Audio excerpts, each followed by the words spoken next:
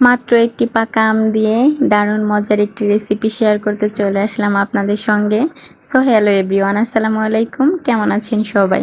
আশা করছি আল্লাহর রহমতে ভালো আছেন। আমার রেসিপিটি দেখার জন্য সবাইকে আমন্ত্রণ রইল। তো আজকে আমি তৈরি করব পাকা আমের নরম তুলতুলে বড়া পিঠা।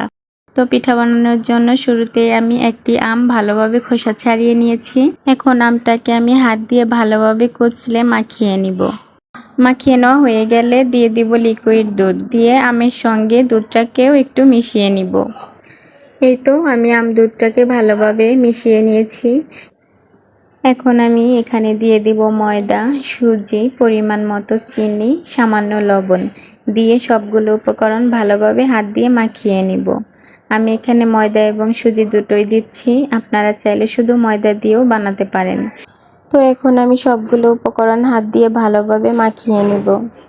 আর এটা একটু সময় ধরে মাখিয়ে নিতে হবে যাতে করে স্মুথ একটা গোলা তৈরি হয়ে যায়। তো এই তো দেখতে পাচ্ছেন, এভাবে আমি বেশ কিছুক্ষণ সময় ধরে ভালোভাবে মাখিয়ে একটি স্মুথ গোলা তৈরি করে নিয়েছি। এখন বড়া পিঠা বানানোর জন্য আমার এখানে গোলাটা একদম রেডি হয়ে গেছে। এখন চলে যাব পিঠাগুলো ভাজতে। এর জন্য চুলায় একটা পাত্র বসিয়ে পর্যাপ্ত পরিমাণ তেল দিয়ে তেলটাকে সামান্য গরম করে নিয়েছি। এখন গোল গোল বল করে পিঠাগুলো এক এক করে তেলের মধ্যে দিয়ে দেব। আর তেলটাকে অবশ্যই বেশি গরম করে নেওয়া যাবে না, না হলে পিঠার উপরের পাশটা বেশি কালার চলে আসবে আর ভিতরে ভালোভাবে হবে না। তো এভাবে করে আমি এক এক করে সবগুলো পিঠা দিয়ে দিব।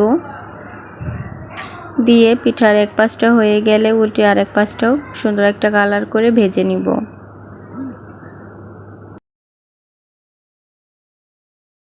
মাত্র একটি পাকা আম দিয়ে এত মজার পিঠা, তাও আবার অল্প কিছু উপকরণে একদম অল্প সময়ের মধ্যেই বানিয়ে নেওয়া যায়।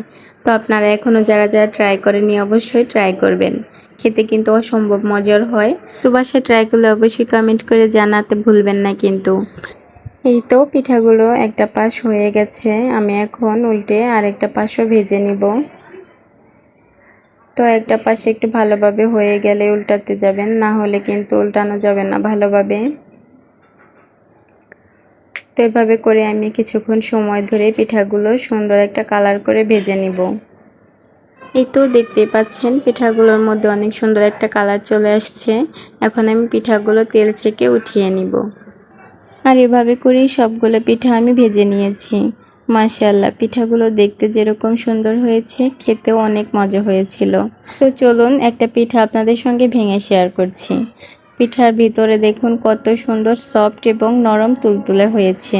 তো আমার ভিডিওগুলো আপনাদের কাছে ভালো লাগলে প্লিজ একটা শেয়ার দিয়ে দিবেন। আর নতুন নতুন ভিডিও পেতে পেজ ফলো দিয়ে পাশেই থাকবেন। আজকের মতো এই পর্যন্তই। আল্লাহ হাফেজ।